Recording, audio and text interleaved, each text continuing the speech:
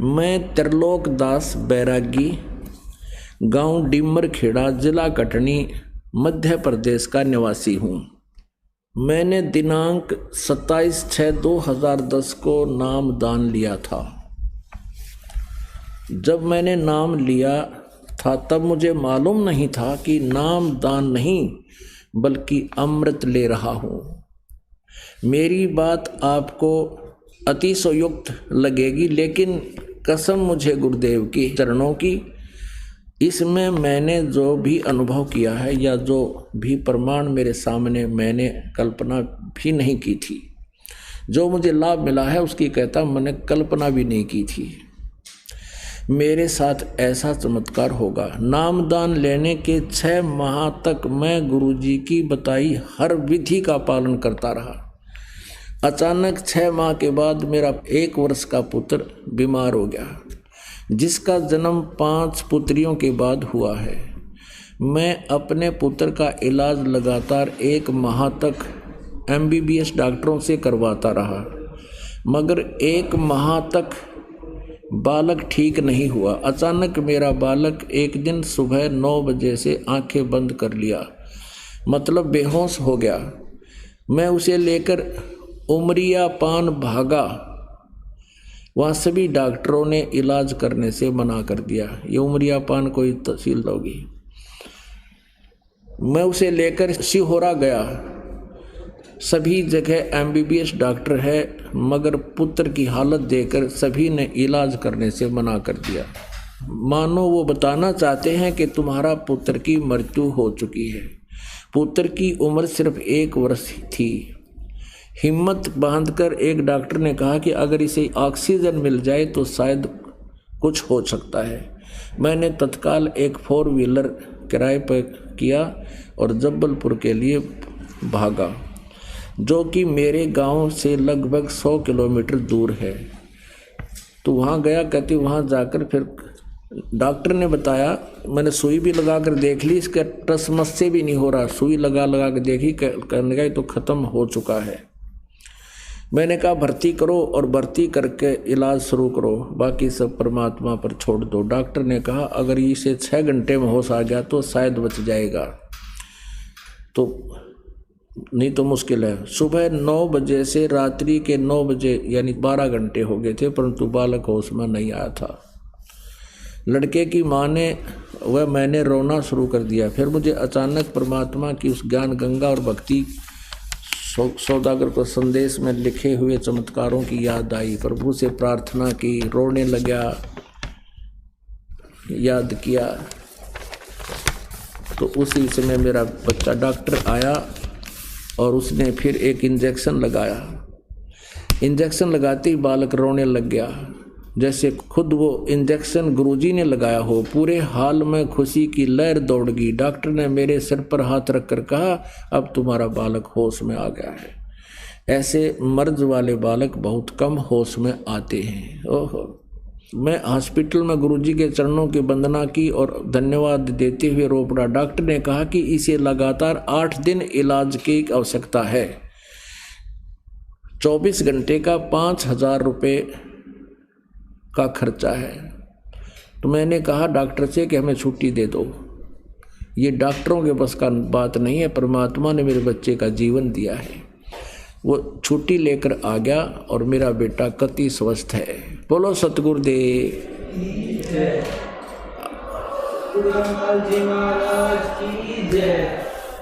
आगे क्या बताता भक्त।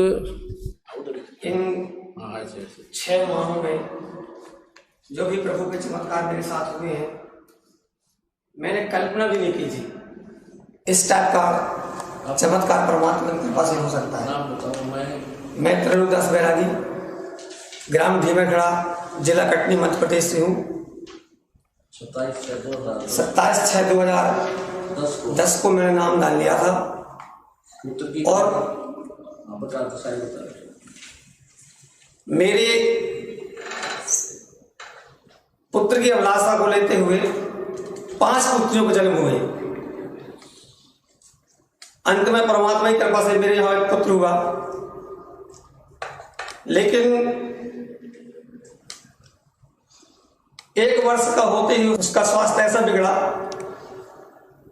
कि उसका मर्ज, जिसको डॉक्टर लोग मस्तक ज्वर बोल देते हैं, और मस्तक में बुखार जाता है तो बच्चा कोमा में चला जाता है। ठीक इसी प्रकार का मेरे बच्चे के साथ हुआ। और जो देहातों में डॉक्टर होते हैं MBBS वगैरह, उन सब ने मना कर दिया इलाज करने के लिए। मुझे लगा कि मैं बच्चे से अपने हाथ धो दूंगा, लेकिन परमात्मा पर विश्वास रखते हुए मैं उसे Jabalpur Bharat hospital research centre जो है वहां ले गया, जहां की बॉम्बे और दिल्ली के डॉक्टर हैं। उनने ही बच्चे की हालत देख के जैसे केस लेने से मना किया उन्होंने कि इसको अगर भर्ती करेंगे तो बहुत बड़ा रिस्क है, हो सकता है ना बचे, इसलिए बहुत सोच समझ लो। लेकिन मैंने परमात्मा पर विश्वास रखते हुए कहा कि आप मेरे पुत्र को भर्ती करो, बाकी सब परमात्मा पे छोड़ दो। जब रात्रि के सुबह 9 से रात्रि के 10 बज चुके थे, बच्चा होश में नहीं आ रहा था, तो मुझे भक्ति सौदागर संदेश और ज्ञान गंगा पर लिखित चमत्कार पर मेरा अचानक ध्यान गया और मैं साष्टांग प्रणाम करके उसी हॉस्पिटल में गुरुदेव को ध्यान करना शुरू किया। रात्रि में 12 बजे के आसपास जब डॉक्टर राउंड पर आया तो उसने पूछा, बताओ बेटा पुत्र की हालत क्या है। मैंने कहा जिस टाइप से मैं सुबह लेके आया था उसी टाइप से पलंग पर भी डला है, ना रो रहा ना कुछ ही। डॉक्टर ने एक सुई मंगाई और बोला कि एक इंजेक्शन जो 12 बजे रात में लगता है उसको यहाँ पर जान पर लगाया डॉक्टर ने, और वो इंजेक्शन लगाते ही बच्चा रोने लगा। वो सुई से हुआ, वो सुई लगते ही रोया बच्चा। परमात्मा की दया देख के मैं प्रफुल्लित हुआ, और जो मैं सुबह दुख में रो रहा था वो आंसू मेरे खुशी में बदल गए। और मैंने गुरुदेव का बहुत बहुत धन्यवाद किया। डॉक्टर ने सुबह मेरे से बोला भी कि अब इसको 8 दिन भर्ती रखो। मैंने कहा आप हमें छुट्टी दीजिए, अब परमात्मा में रजा बरसी है, जो भी होगा देखा जाएगा। उसने बोला कि घर ले जाओगे तो कुछ खतरा हो सकता है। आज मेरे को बालक को घर लाए 6 माह हो गए, बालक को बुखार भी नहीं आ रहा, और वो 1.5 साल का बालक। समस्त गुरुजी की तस्वीर में 500 रुपए की बनवाई है बड़ी, जो अपने पूजा कमरे में रखी है, उसको वो स्वयं जाके और बंदगी में जाता है। मैं 15 साल से स्कूल में चपरासी का काम कर रहा था। संभाग से अचानक यहां से, मतलब गुरुजी का आदेश है, किसी को तंबाकू लाके नहीं देना, किसी को गुटखा लाके नहीं देना, ये पाप लगता है। मेरे को बहुत मजबूरी हो रही थी, जब मेरे से लोग आर्डर मारते थे कि जाओ पान लेके आओ, जाओ तंबाकू लेके आओ, तो मैं मना करता था। साहब लोग थे लेकिन मना करता था और बताता था गुरुजी का आदेश है, मैं ये नहीं कर पाऊंगा। गुरुजी ने ऐसी रजा बख्शी कि अचानक मेरा प्रमोशन हो गया और मैं चपरासी से बाबू हो गया। बोलो सतगुरुदेव की जय। अभी 1 जनवरी को मैं बलजी महाराज की जय। अभी 1 जनवरी 2011 को मेरा प्रमोशन हुआ और मैं चपरासी से हायर सेकेंडरी मुरवारी में क्लर्क हो गया। अब मुझे ना तंबाकू ला के देना पड़ रही और ना पान, और मैं जो जमाने में कुर्सी रखता रहा लाके, आज कुर्सी में बैठता हूं और गुरु जी को धन्यवाद देता हूं। मेरा एक छोटा भाई है, उस MA करने के बाद भटक रहा था यहाँ वहां। मैं गरीब आदमी, उसे B.Ed नहीं करवा पा रहा था, लेकिन यहां से नाम लेने के बाद मैंने उसको B.Ed की परीक्षा दिलवाई। B.Ed में 33 अंक पाना जो बहुत जरूरी होता है, तब एडमिशन मिलता है कॉलेज में। लेकिन उस मेरे छोटे भाई को सिर्फ 29 अंक मिले हैं। इस बार बोर्ड ने 28 अंक वालों को उठाया, जिस कारण से मेरे भाई को B.Ed में सिलेक्शन मिला और आज वो जबलपुर कॉलेज में B.Ed कर रहा है। बोलो सतगुरुदेव की जय। बंदी छोड़ सतगुरु रामपाल जी महाराज की जय। मेरी साइकिल खरीदने की औकात नहीं थी जब मैं नाम लेने आया था। प्रभु की ऐसी कृपा हुई, अभी 6 महीना पहले मैंने 55,000 की हीरो होंडा खरीदी नहीं, जिसमें गुरु जी का नाम लिखवाया मेरे ऊपर, और उसमें गुरु कृपा भी लिखवाई कि आज ये जो मैं सुख और शांति देख रहा हूँ। जो मेरी आज इज्जत बढ़ी ये सब गुरु जी की कृपा से हुई है। बोलो सतगुरुदेव की जय हो। सच्चा, अच्छा बेटा, शाबाश, जा बेटा, शाबाश। अब पुण्यात्माओं, आपके समक्ष इस प्यारी आत्मा ने अपना, अब देखो 1 साल नाम लिए हुआ है, सच्ची लगन से इसने अधिकारियों से भी संघर्ष किया कि मैं अपना नियम भंग नहीं करूँगा, परेशानियाँ भी उठाई। परमात्मा ने कहा बेटा तेरा झंझट ही मिटा देता हूँ, कल रख बना दिया। और अभी इसने बताया कि पहले मेरा लड़का बेहोश था, डॉक्टर ने ऑक्सीजन भी दे ली, सारा कुछ कर लिया। डॉक्टर ने कहा 6 घंटे में अगर जो होश में आ गया तो जीवेगा, ना जीवे नहीं। 12 घंटे हो गए और होश में नहीं आया। डॉक्टर ने पहले सुइयां मार मार के देखी थी, टस से मस नहीं हुआ था। रात के 12 बजे जब डॉक्टर ने सुई लाई थी, इंजेक्शन के सालांदे एक्शन कर देगा वो, 1 घंटा बाद असर दिखाया करे। सुई नहीं, वो चुभने से ही बच्चा रो पड़ा एकदम, और बचाना तो मालिक ने था। और वो डॉक्टर के 8 दिन रखो, ये लोग छोड़ी तो थारे बस का था ही नहीं हो, तुम्हारे तो उस एक्शन पीरियड से आगे जा चुका था। हमारे कबीर भगवान ने जीवित किया है और आज वो बच्चा स्वस्थ है, 6 महीने हो गए। बोलो सतगुरुदेव।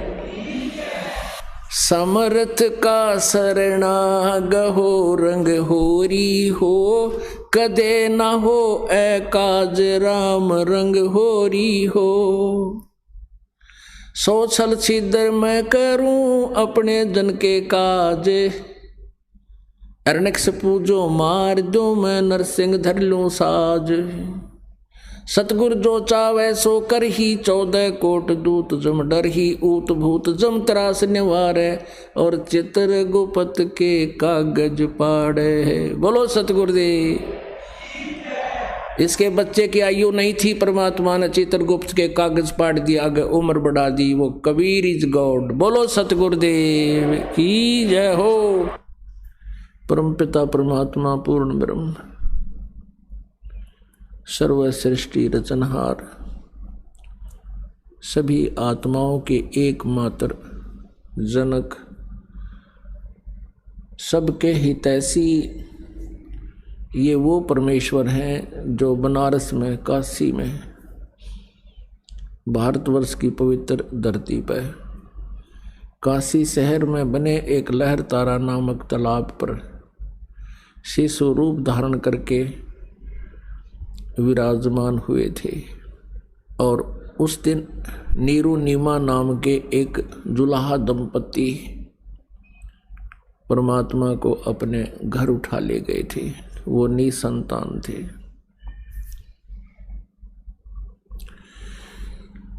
वो परमात्मा प्रत्येक युग में आते हैं। यहाँ काल के द्वारा इतना अज्ञान फैला दिया गया होता है। ये भोली आत्माएं पापों को अधिक ग्रहण करके, घने पाप इकट्ठे करके, और फिर घोर दुख उठा रही होती हैं। तब वो परमात्मा यहाँ आते हैं, अपनी समर्थता से अपनी प्यारी आत्माओं को सुख देते हैं, उनको यथार्थ ज्ञान देते हैं, अपने निज स्थान का ज्ञान कराते हैं, और ये भी बताते हैं कि तुम यहाँ के रहने वाले नहीं हो। ये तो एक जेल है, एक खुली कैद है। परमात्मा कहते हैं तुम जो भी ये दान पुण्य आदि करते हो, शास्त्र विधि त्याग कर, या ब्रह्म सत्र के, या अन्य देवी देवताओं की पूजा करते हो, या जो बिल्कुल नहीं करते हैं, या कोई दान करता है या बिल्कुल नहीं करता है, दान करने वाला स्वर्ग चला जाता है कुछ समय के लिए, अपने पुण्यों को समाप्त करके फिर नरक जाता है। पाप यहाँ अधिक होते हैं। तो इस प्रकार परमात्मा कहते हैं एक पुण्य एक पापी आया, एक है सोम दलेल रे, गरीब दास सतपुरुष भजन बन। ये सब ही जम की जेल रे, ये काल भगवान की जेल है, ये कैद है।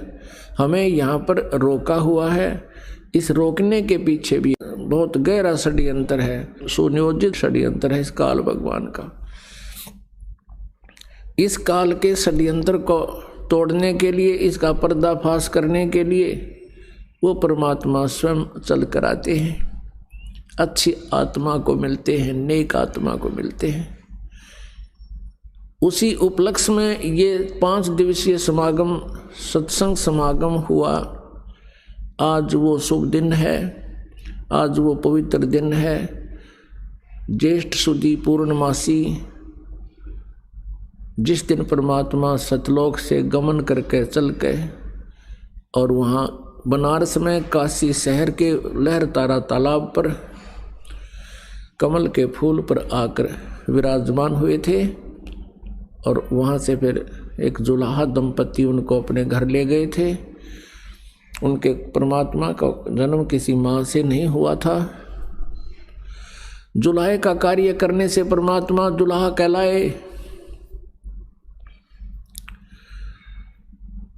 परमेश्वर कबीर साहब कहते हैं, मात पिता मेरे कुछ नाही, ना मेरे घर दासी, जुलाहे का सुत आन कहाया, यो जगत करे मेरी आसी।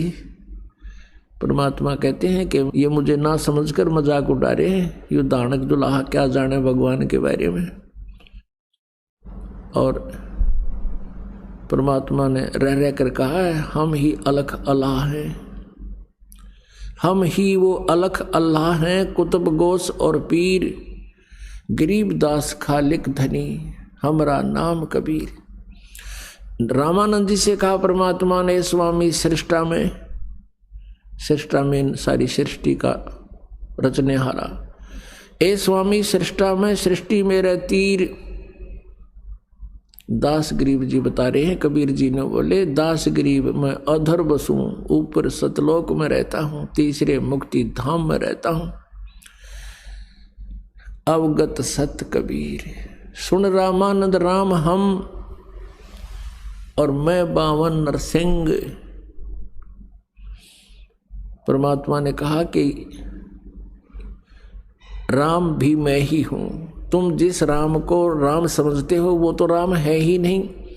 राम मीन गॉड है, तो राम तो एक ही है, वो पूर्ण परमात्मा। जैसे ब्रह्म कहो चाहे राम कहो, अब ब्रह्म कहो, ब्रह्म माने भगवान परमात्मा, लेकिन ये अन्य भी अपने आप को परमात्मा कह रहे हैं। जैसे कल आपने शिव पुराण में देखा, ये काल भगवान ब्रह्मा विष्णु महेश का पिता कहता है अपने ब्रह्मा और विष्णु को, पुत्रो तुमने अपने आप को ईश मान लिया, तुम अपने आप को भगवान मान रहे हो, ये तुमने अच्छा नहीं किया, तुम भगवान नहीं हो, तुम ईश नहीं हो। परमात्मा कहते हैं, मुल्ला माया मग में बैठी, हंसा चुन चुन खाई, और ये ज्योत स्वरूपी कहे निरंजन, मैं ही करता भाई। अब परमात्मा कहते हैं, ये ज्योत निरंजन अपने आप में भगवान बतावे, ये भगवान नहीं है। और ये ब्रह्मा विष्णु महेश को कहता तुम भगवान नहीं हो। अब कौन है वो प्रभु? वो परम अक्षर ब्रह्म, वो वास्तव में ब्रह्म है, वो निज ब्रह्म है। अब यहाँ निज शब्द या परब्रह्म या ब्रह्म के बाद फिर परब्रह्म, फिर पूर्ण ब्रह्म जो लगाना पड़ा, ये अन्य भी अपने आप को भगवान सिद्ध किए बैठे हैं। अन्यथा राम कहो, राम एक ही है, वो पूर्ण परमात्मा। अब पूर्ण परमात्मा इसलिए कहना पड़ा कि अन्य अपूर्ण भी अपने आप को परमात्मा ही कहलाते हैं। तो वो परमेश्वर कहते हैं, सुन रामानंद राम हम, और मैं 52 नरसिंह। कहती है लीलाएं मैंने ही की थी, लेकिन महिमा इन विष्णु जी को दे दी ताकि भक्ति की सतिथि बनी रहे। और इस पिछली पीढ़ी तक इस यथार्थ भक्ति ज्ञान को छुपा के रखना था, और परमात्मा की महिमा पुण्यात्माओं के हृदय में बनाए रखनी थी। इसलिए परमेश्वर रह रह कर आते रहे। जैसे आदरणीय गरीबदास साहिब जी को मिले, आदरणीय दादू साहिब जी को मिले, आदरणीय नानक साहिब जी को मिले, आदरणीय मुल्कदास साहिब जी को मिले, आदरणीय गीसा दास साहिब जी को मिले, आदरणीय धर्मदास साहिब जी को मिले, आदरणीय अब्राहिम सुल्तान अधम को मिले। पुण्यात्माओं, परमात्मा इसलिए आते रहे कि भगवान की सतिथि अभी बनी रहे। काल चाहता है कि ये सब नास्तिक हो जाएं, जैसे पूरा चीन नास्तिक हो गया, पहले वो बुद्ध धर्म को मानता था। अब उस साधना से, बुद्ध जी के द्वारा बताई गई साधना से कोई आध्यात्मिक लाभ होना ही नहीं था, इसलिए सब नास्तिक हो गए कि परमात्मा कहीं नहीं है। और काल यही चाहता है कि परमात्मा से आस्था उठ जा, फिर ये भगवान चाहे को ना सारे एक दूसरे पर लड़े जा, झगड़े जा, लट्ठम लट्ठा, चोरी ठगी, मुकदमेबाजी, ये फंसे रहे, भक्ति करें को ना। ये तो परमेश्वर आते हैं, शांति स्थापना करते हैं। इसी उद्देश्य से परमात्मा सतलोक से चलकर यहाँ आए। ये वो शुभ दिन है जिस कारण से आज हमें उस परमेश्वर की जानकारी और अपने निज घर का ज्ञान हुआ। और अब भी कोई नादान यहाँ इस काल की जेल में फंसा रहेगा तो फिर भगवान का दोष नहीं। पुण्यात्माओं, हमने जैसे श्री कृष्ण जी को भगवान माना कि उन्होंने राजा मोरध्वज के पुत्र ताम्रध्वज को आरे से 2 फाड़ करवा के, चिरवा के वो मृत्यु को प्राप्त हो गया था, फिर जीवित कर दिया। और हमने श्री कृष्ण जी को भगवान मान लिया। लेकिन वो अपने सगे भांजे अभिमन्यु को जीवित नहीं कर सके, जो सुभद्रा पुत्र थे। सुभद्रा श्री कृष्ण जी की बहन थी। चक्रव्यूह के अंदर महाभारत के युद्ध में अभिमन्यु की मृत्यु हो गई थी। सारा पांडव का कुल नाश हो रहा था और श्री कृष्ण रो रहा था, सुभद्रा टक्कर मार रही थी। श्री कृष्ण जीवित नहीं कर सके। कारण क्या था कि मोरध्वज के पुत्र ताम्रध्वज की आयु शेष थी, इसलिए उसको दोबारा जीवित भी कर दिया, उसको शरीर को एज इट इज भी कर दिया। लेकिन अभिमन्यु की आयु शेष नहीं थी, उसका प्रारब्ध इतना ही था। तो ये भगवान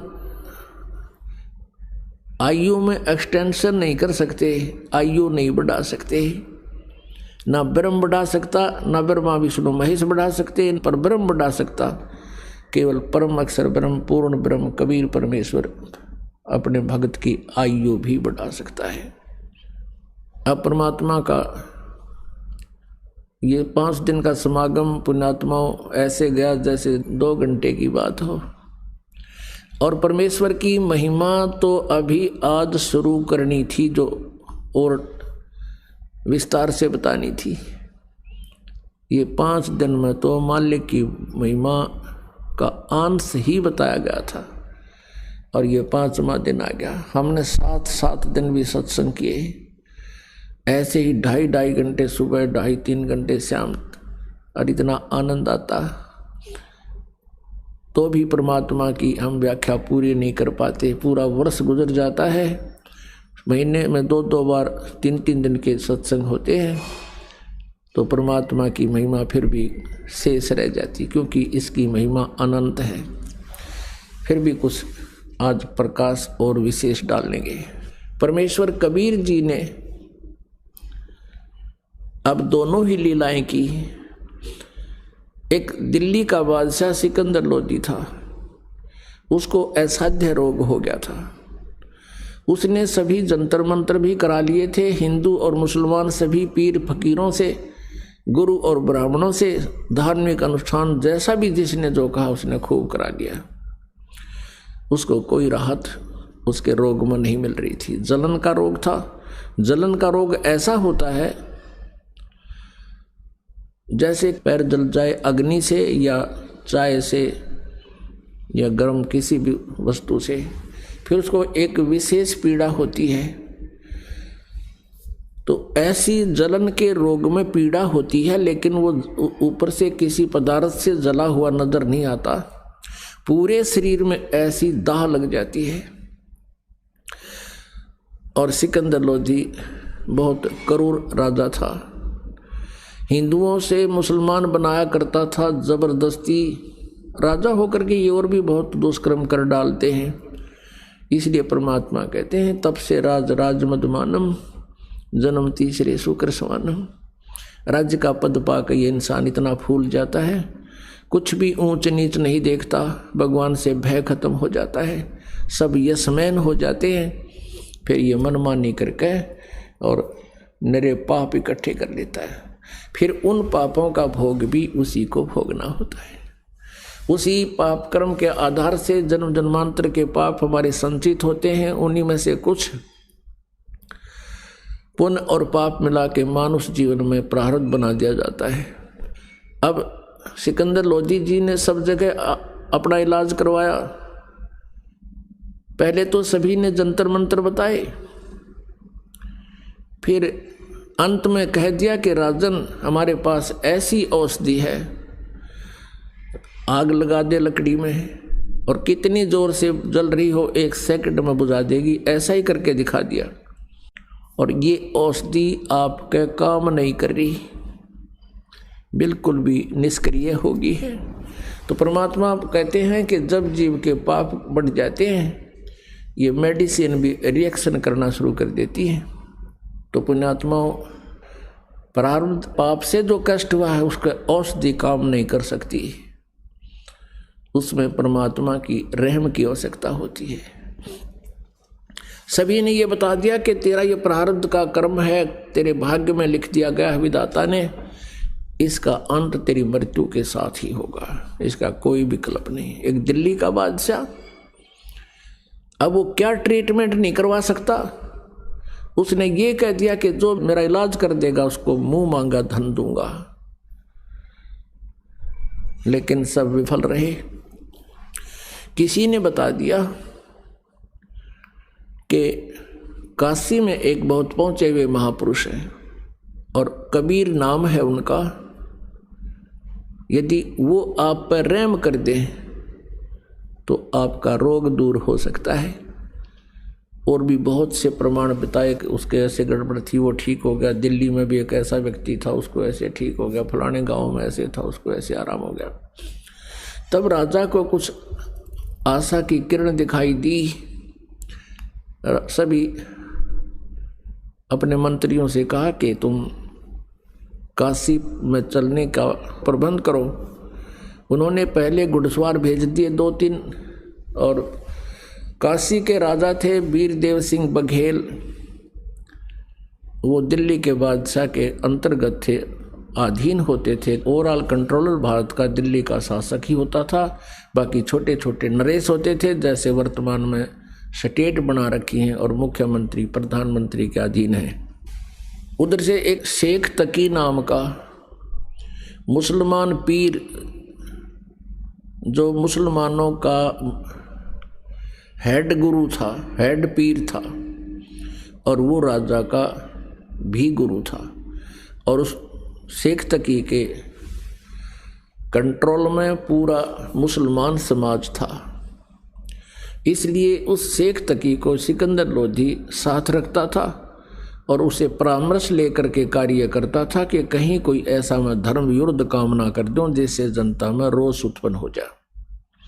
और ये भी एक राजनीति थी कि कोई इधर उधर रुक चुक होगी तो ये शेख तकी उनने आप सेट कर लेगा। अब हाथी के ऊपर सवार होकर के, हाथी के ऊपर एक अंबारी होती है, राजा लोग हाथी पर चलते थे। हाथी पर चलने से उसको किसी प्रकार की जो है ना झटके नहीं लगते, हाल नहीं लगती, आखड़ी नहीं लगती। बहुत एक अच्छी यात्रा, कंफर्टेबल ट्रैवलिंग मानते थे हाथी के ऊपर चलना। और उसके ऊपर एक कक्ष बना दिया जाता था, एक रूम काठ का, उसमें राजा चलते चलते विश्राम भी करता था, बैठता भी था। हजारों की संख्या में अंगरक्षक साथ सैनिक चल पड़े, पहुंच गए वीर सिंह के पास। जो ही वीरदेव सिंह बघेल काशी के नरेश के पास सिकंदर लोधी पहुंचे तो उनके आवभगत में उन्होंने खाने के लिए पूरी मेज पर काजू, किशमिश, सेब, संतरे और जो भी नाश्ते में होते हैं सब वस्तु उपलब्ध करवा दी। और खड़ा होकर कहा, ए राजन, नाश्ता कीजिए। सिकंदर ने कहा कि वीर सिंह, मैं आपकी आवभगत से मैं बहुत संतुष्ट हूँ, पर मैं खा कुछ नहीं सकता। मेरे एक ऐसी भयंकर बीमारी है कि मैं ना कुछ खा पा रहा हूँ, ना मैं सो पा रहा हूँ, ना मैं रो पा रहा हूँ। मेरे जैसा दुखी इस पृथ्वी पर कोई और प्राणी आज नहीं है। और मैं यहाँ अपने इलाज के लिए आया हूँ। मैंने सुना है कि यहाँ कोई कबीर नाम का संत है। आप तो यहाँ के रहने वाले हो, आपको तो अवश्य उनकी जानकारी होगी। उधर से परमेश्वर कबीर जी की महिमा से परिचित होकर और ज्ञान से प्रभावित होकर वीरदेव सिंह बघेल पहले ही परमेश्वर कबीर जी के शिष्य हो चुके थे।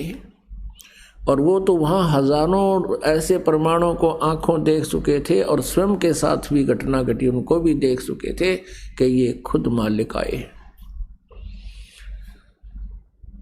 वीर सिंह की आंखों में आंसू आ गए और कहा कि राजन, आप ठीक ठिकाने आ गए, आप बिल्कुल दुरुस्त स्थान पर आ गए और आपका रोग अब रहेगा नहीं, यदि वो मेहर कर देंगे। वीर सिंह जी से ये बात सुनकर सिकंदर के मन में बहुत खुशी हुई और सोचा कि अब बात बनेगी।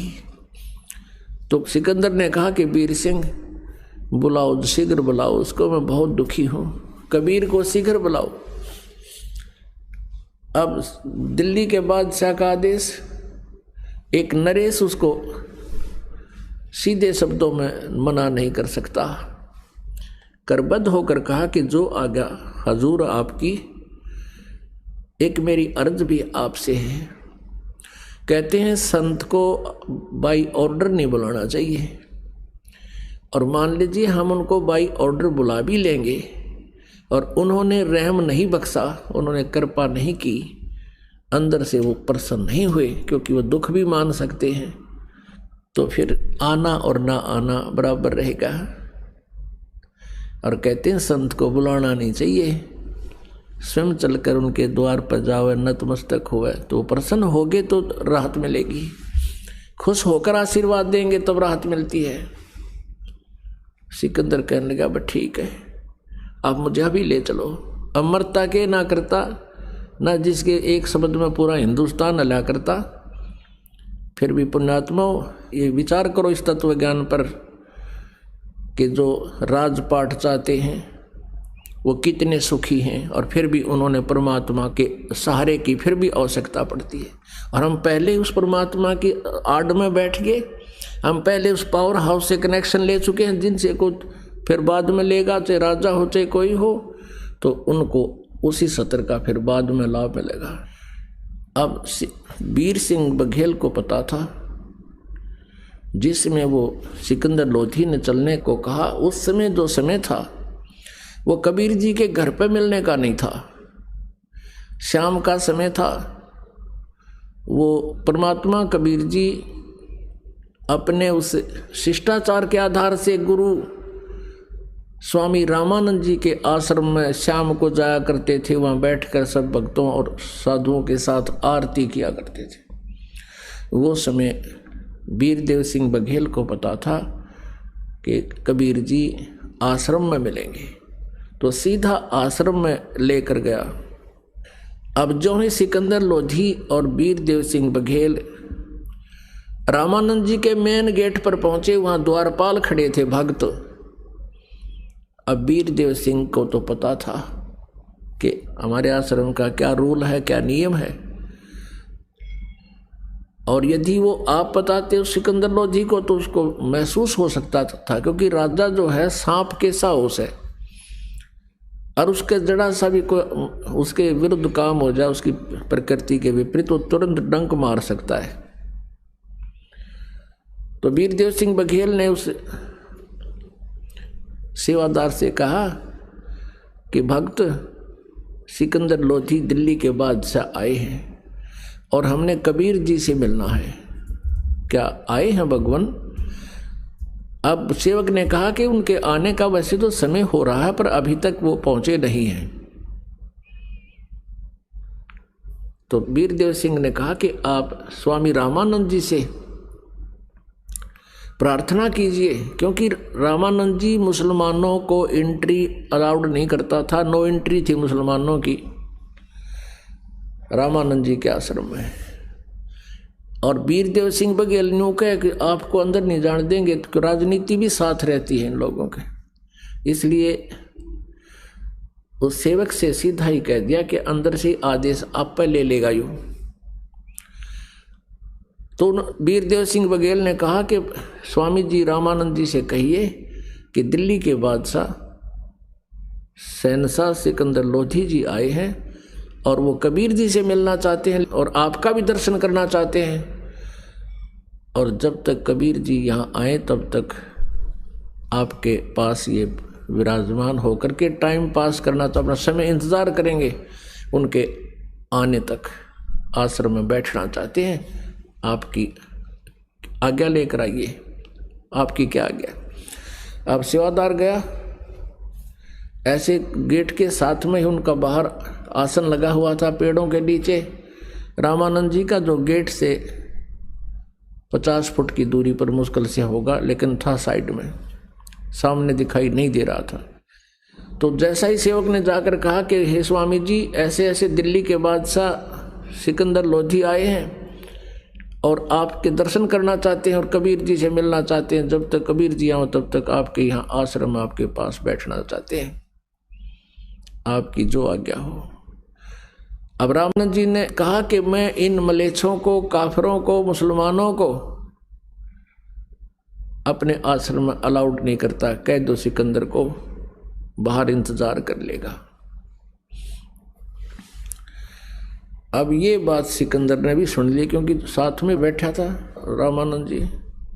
उधर से आकर के उस सेवक ने बता दिया कि स्वामी जी ने मना कर दिया कि हम मुसलमानों को अपने आश्रम में प्रवेश नहीं करने देते, ये मांस खाते हैं। अब सिकंदर लोधी तो वो भी शब्द सुन रखे थे कि इन काफिरों को मैं अलाउड नहीं करता। अब राजा वो क्रिमिनल कीड़ा फिर उठ गया, उसके काट ली तलवार। उसने सोची कि एक दिल्ली के बादशाह को और ये 2 कौड़ी का एक ऋषि ऐसे पेश आ रहा है, तो अन्य के साथ इसका क्या व्यवहार होगा। निकाल कर तलवार पहुंच गया अंदर, फिर किसकी परमिशन की जरूरत थी। और जाते ही रामानंद जी के कि तुम हमें काफिर कहता है, ले तुझे मजा चखा, तो उसकी गर्दन काट दी तलवार से, 2 टुकड़े हो गए। अब ये मन गलती तो करवा दे है एक बार, आत्मा फिर रो है, देख इस नीच ने फिर के कर दिया कर्म। आत्मा रोती है, मन को बहुत धिक्कारती है। अब फिर उसका तुरंत याद आ गई। सिकंदर लोधी कहने लगा, वीर सिंह मैं बहुत नीच आदमी हूँ, देख मेरे किसे खोटे कर्म लग रहे हैं। आया था अपना दुख निवारण करवाने के लिए, और देख गुस्से में आकर मैंने महात्मा की हत्या कर दी। अब कबीर जी भी मुझे राहत नहीं देंगे, क्योंकि मैंने उनके गुरु को मार दिया। अब चल वीर सिंह, चलते हैं वापस। अब कहते हैं परमात्मा सोचल सिद्धर मैं करूं। अब फिर वो न्यो भी डर गया कि कबीर जी बहुत पहुंचे हुए महापुरुष हैं, और उन्होंने यदि तुझे श्राप दे दिया तेरी और बिरान माटी होएगी। अब जो ही वो आश्रम से दोनों राजा बाहर आए, सामने से कबीर परमेश्वर आश्रम में आ रहे हैं। अब वीर सिंह जी ने देखा आगे भगवान, तो अब वो शिष्य था उनका, दंडवत प्रणाम किया और कहा राजा से कि ये आगे भगवान, ये आगे है कबीर जी। अब सिकंदर लोधी की तो घीघी बन रही थी, अगी आगे आगे तब तक मर गया तू तय। अब एकदम डरते ने उसने भी दंडवत प्रणाम किया। और पुण्यात्मा परमात्मा से लाभ उसी समय मिलता है जब हम अति अधीन हो जाते हैं। तो परमेश्वर ने उस सिकंदर लोधी को राहत देने के लिए ये भी एक लीला करनी पड़ी, और रामानंद जी भी सेट करने थे, उसमें भी कमजोरी रह रही थी। एक तीर से 2 शिकार किए दाता ने। सिकंदर लोधी यदि भी नम्र नहीं होता, जैसे कबीर जी आते हैं, और वो सीधी बात करो खड़ा खड़ा, मैं बहुत दुखी हूँ, मुझे राहत दे दो, मेरा इलाज करो। जैसे आम वैद्यों को बुलाता था, वैद्य नीचे बैठते थे, वो सिंहासन पर बैठता था। अगर ऐसे प्रभु के सामने वो एक्टिंग करता तो मालिक उसको कोई राहत नहीं देते। अब अति आधीन दीन हो प्राणी, वह को कहे ये अकथ कहानी। अब दोनों दंडवत किए हुए सामने, काशी नरेश और पूरे भारत का राजा, परमात्मा ने झुक के दोनों के सिर पे हाथ रखा, मुकुट समेत दंडवत प्रणाम कर रहे हैं, और परमात्मा ने उनके दोनों के सिर पे हाथ रखा आशीर्वाद वाला, और कहा इस गरीब के पास ये दो नरेश आज कैसे आगमन हुआ।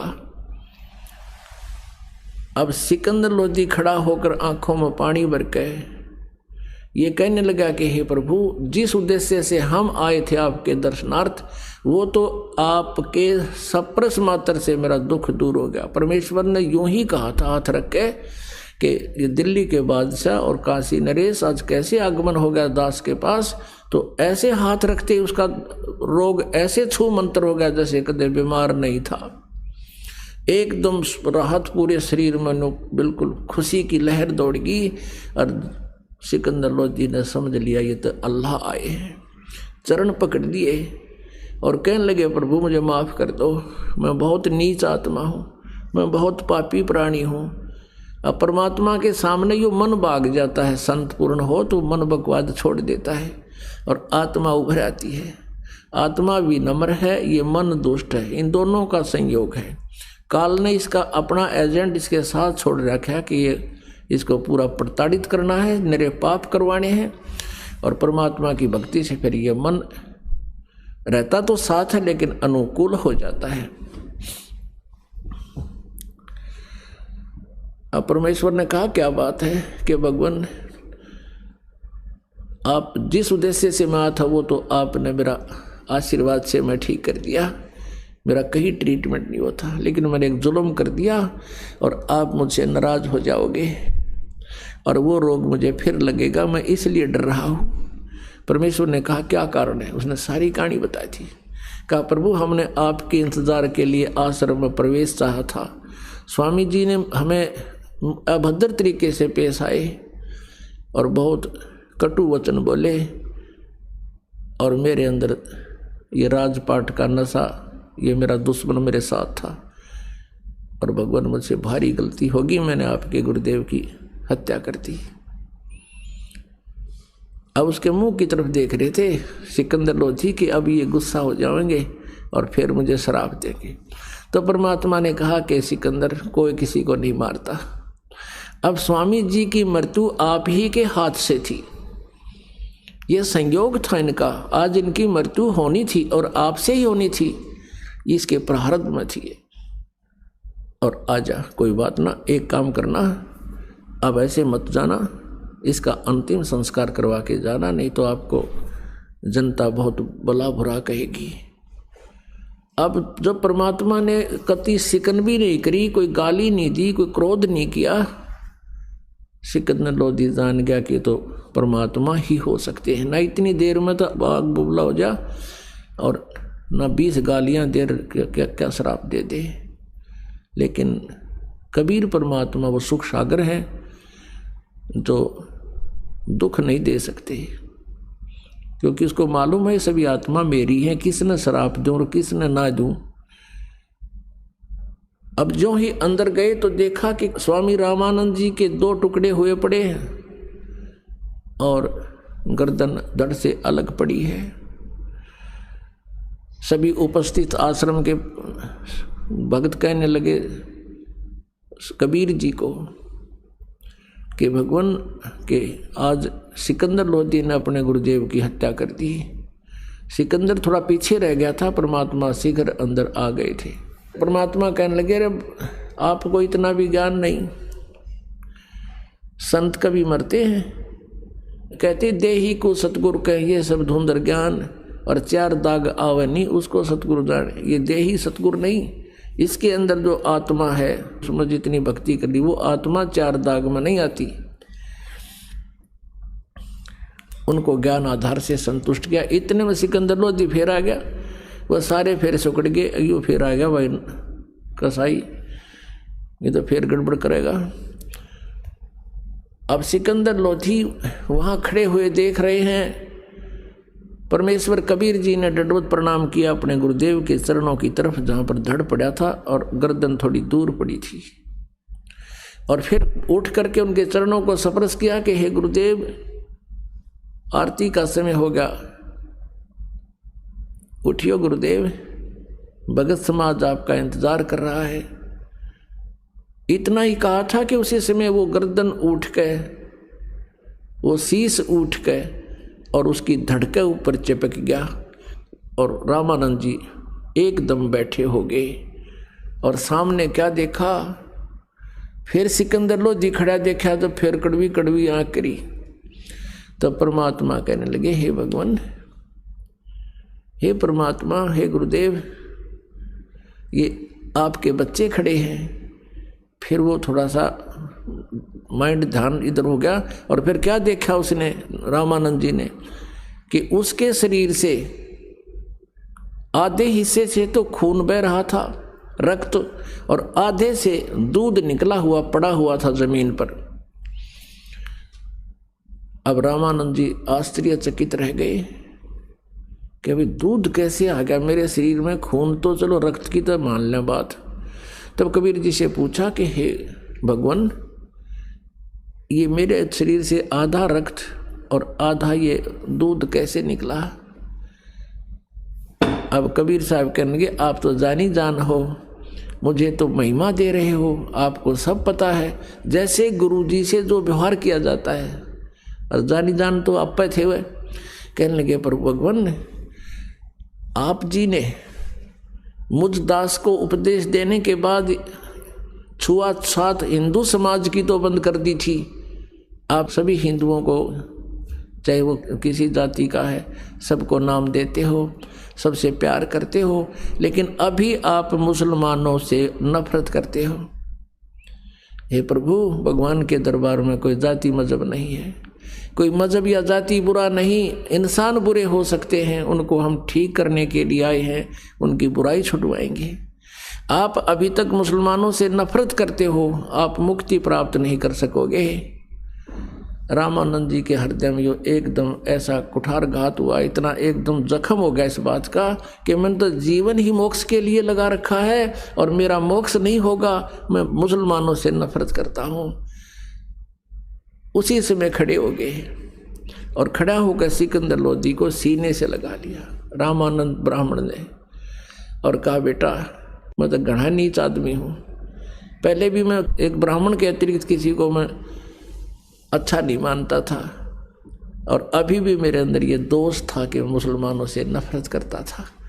आज मेरी ये सारा भ्रम निवारण हो गया, बेटा मेरे से गलती होगी, मुझे माफ़ कर दे। सिकंदर लोधी ने भी चरण पकड़ दिए, स्वामी जी, मैं पापी आत्मा हूँ और मैंने बगैर सोचे समझे ऐसे महापुरुष की हत्या कर दी, मैं महादुष्ट इंसान हूँ। आज मेरा सौभाग्य है कि आज मुझे कबीर परमेश्वर के दर्शन हो गए, मेरी आँखों के सामने ये सब लीला होगी। आज मुझे भी परमात्मा के पहचानने का सुअवसर मिल गया।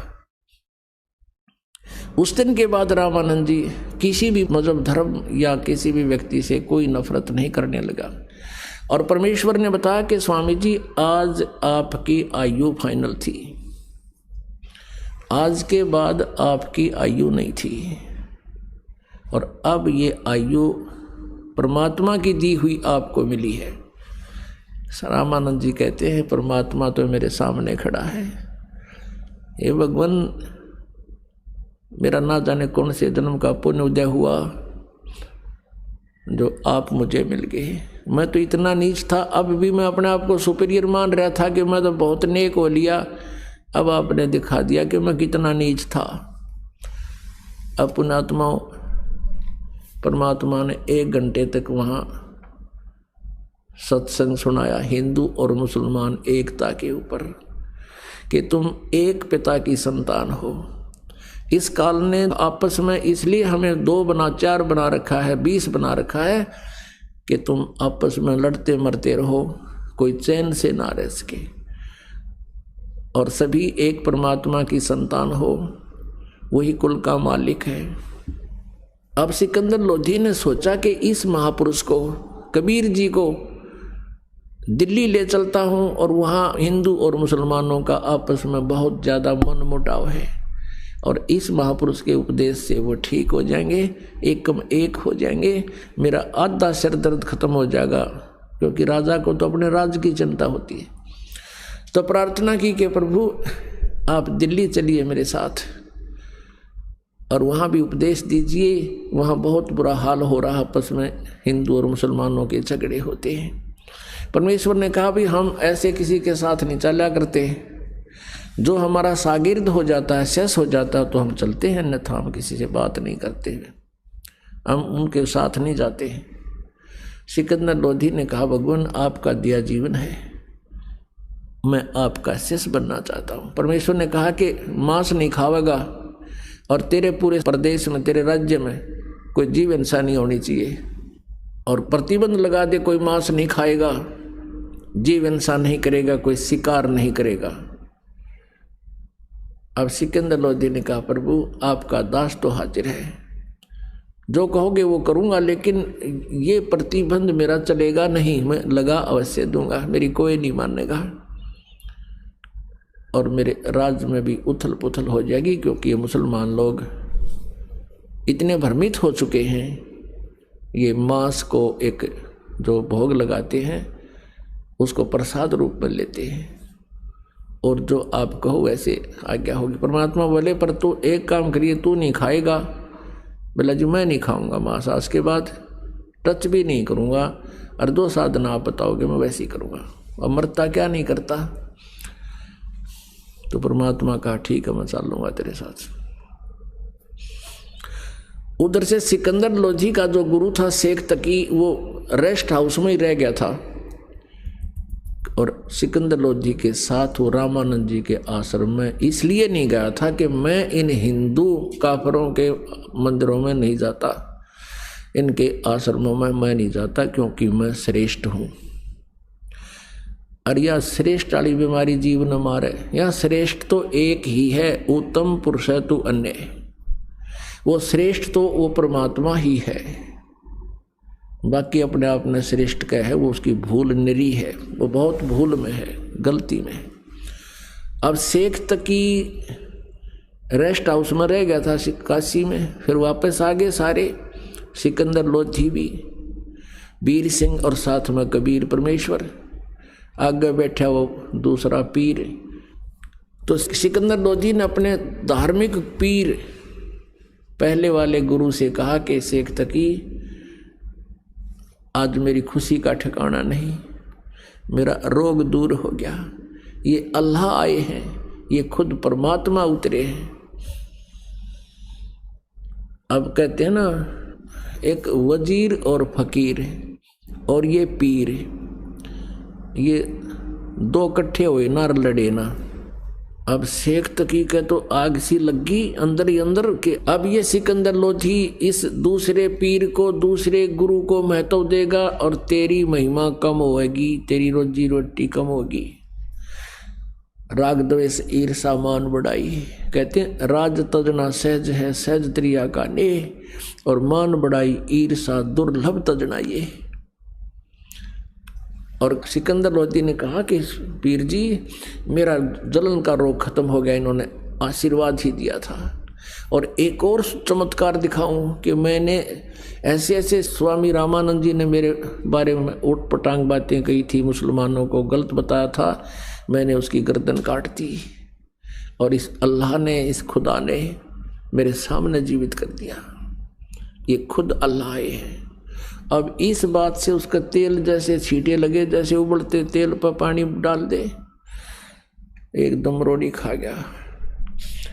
कहने लगा ये सब कहने की बातें हैं, ये सब बनावटी बातें हैं, मैं तो तब जानूं जब मेरे सामने कोई ऐसा करके दिखाए।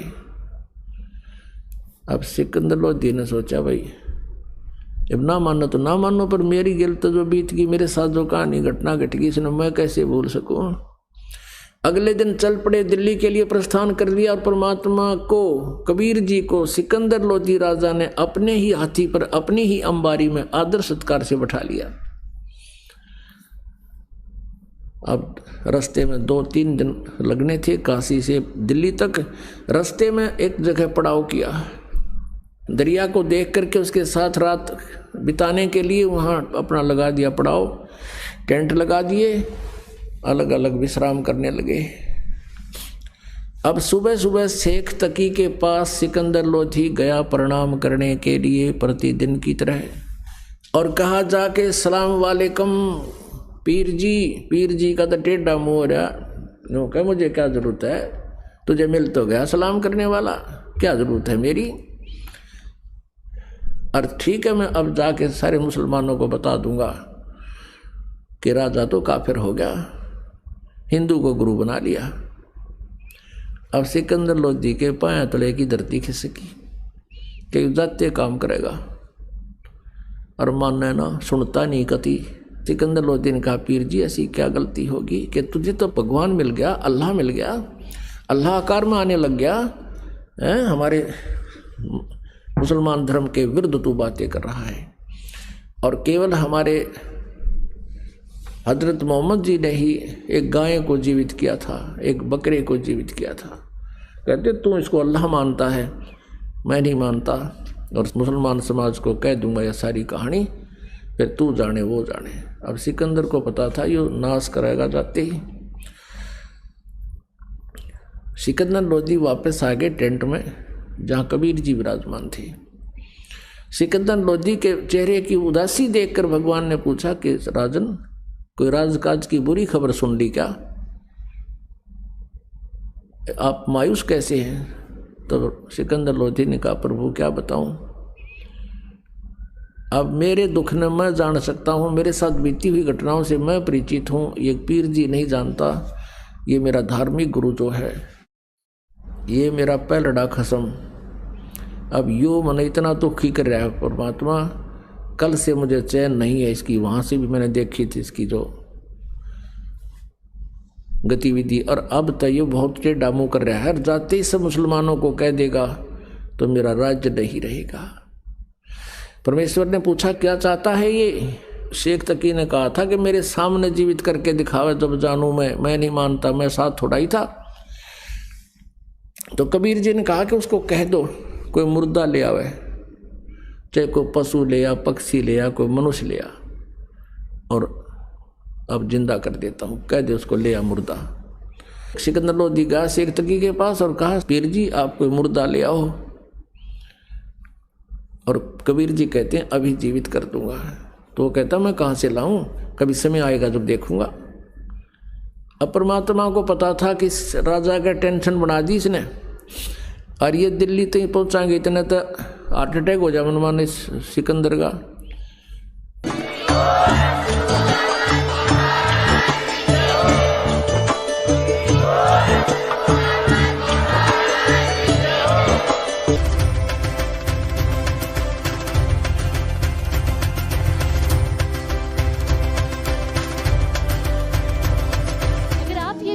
YouTube पर देख रहे हैं तो हमारे चैनल को सब्सक्राइब करें और बेल आइकन को दबाना ना भूलें। अगर आप Facebook पर ये वीडियो देख रहे हैं तो हमारे पेज को लाइक करें।